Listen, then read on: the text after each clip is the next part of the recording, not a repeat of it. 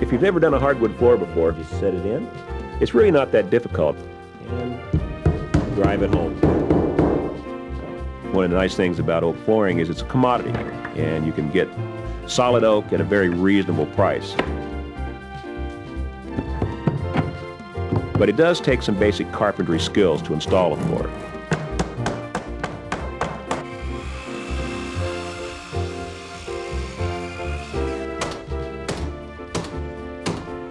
I've designed this tape for someone who's never really done their own hardwood floor or knows what it's about. Wood flooring is hard work. There's no question about it. If you're willing to do that and take your time, you can turn out a real nice product.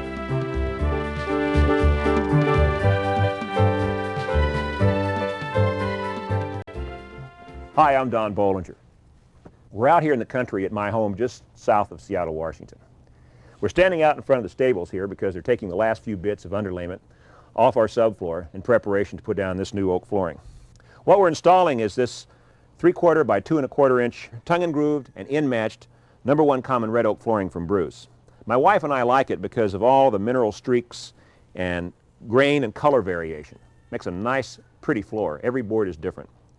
But you know, this commodity oak isn't your only choice when you have a wood floor. Oak comes in a variety of widths and thicknesses, from a wide oak plank down to a narrow strip, and from very narrow and thin 5/16 inch strips that are not tongue and grooved up to 3/8 and 1/2 inch tongue and grooved and in-match strips. But even if you don't want oak, there's a lot of softwood varieties that people also like. If you live out in the country like we do, and you don't want to have an oak floor or can't afford one, you might want to consider car decking. You can put it right over 4-foot or 6-foot on center sleepers and finish the surface floor, and later when you can afford it, put new oak flooring on top of that like we are. Other softwood choices are fir or pine, like this antique heart pine here. This is all reclaimed out of old buildings in the Midwest to the East Coast, and it's very, very solid material. It's very stable, and some people call it slash pine or longleaf heart pine. You know, if you're looking for something totally different to choose from, there are hundreds and hundreds of exotics. We've got just a few laid out here for you, like this wide or narrow walnut, or hickory, or just plain white oak, or this cherry from Brazil, or ironbark from Australia, and this acrylic impregnated red oak here, or just teak. Over here we have parquet. These are very simple patterns of parquet. They come in hundreds of different styles and patterns. Here we have unfinished oak and pre-finished teak. These are real simple for the do-it-yourselfer to install, especially the pre-finished varieties.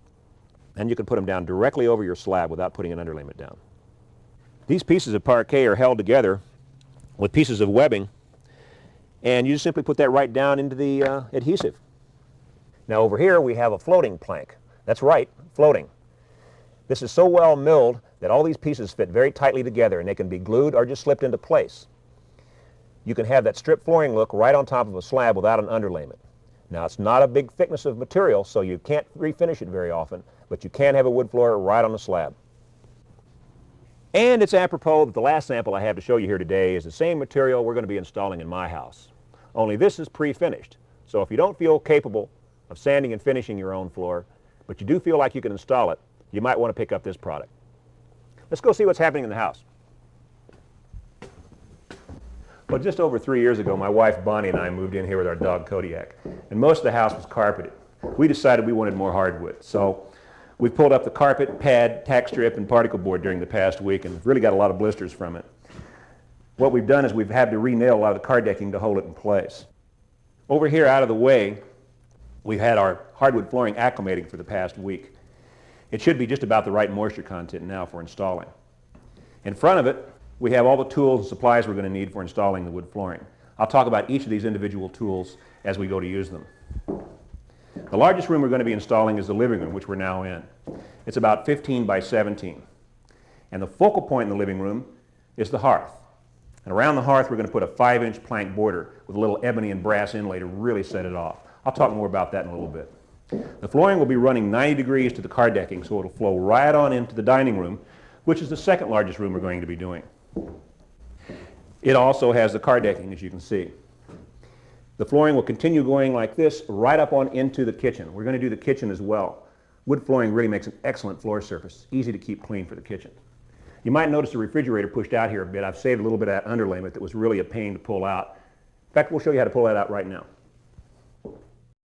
Before we can remove this final piece of underlayment, we're going to have to remove the remaining pieces of base molding. I might like to use a sharp spackle knife like this. It's somewhat flexible, at the same time stiff enough so we can pry the base molding away from the wall. This helps remove the base enough where I can get a pry bar behind it and helps keep the paint from pulling off with the base. Then I switch to this small pry bar, prying it ever so gently away from the wall to keep from marring the sheetrock. Once we get it pried away from the wall, the next thing we'll do is we'll mark it. This number I'm marking on the back of this piece will correspond to a number I'll mark on the wall. That way I'll know where it goes. Since the underlayment runs underneath the cabinets, unless you're going to remove the cabinets, you're going to have to chisel around the cabinets. You want to be sure and use an old chisel when you're doing this, as you're likely to hit a few nails. Now this shorter chisel worked fine here where I could get at it, but when you have to get underneath the toe kick like I did here earlier, you need a long bladed chisel like this boat chisel or a turning tool where you can reach underneath the toe kick without getting the handle in the way. Now the hardest part of this process is getting the underlayment pulled up.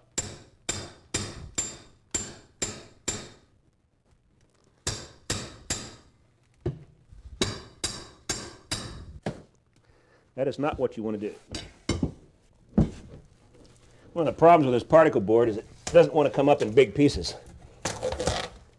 especially when you've got these ring shank nails in it. Just about got it up. Right along where I scored it along the cabinets. You can see it's just about pulled it up.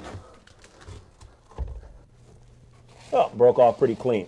A little more clean up there with a chisel and I think we'll be just fine.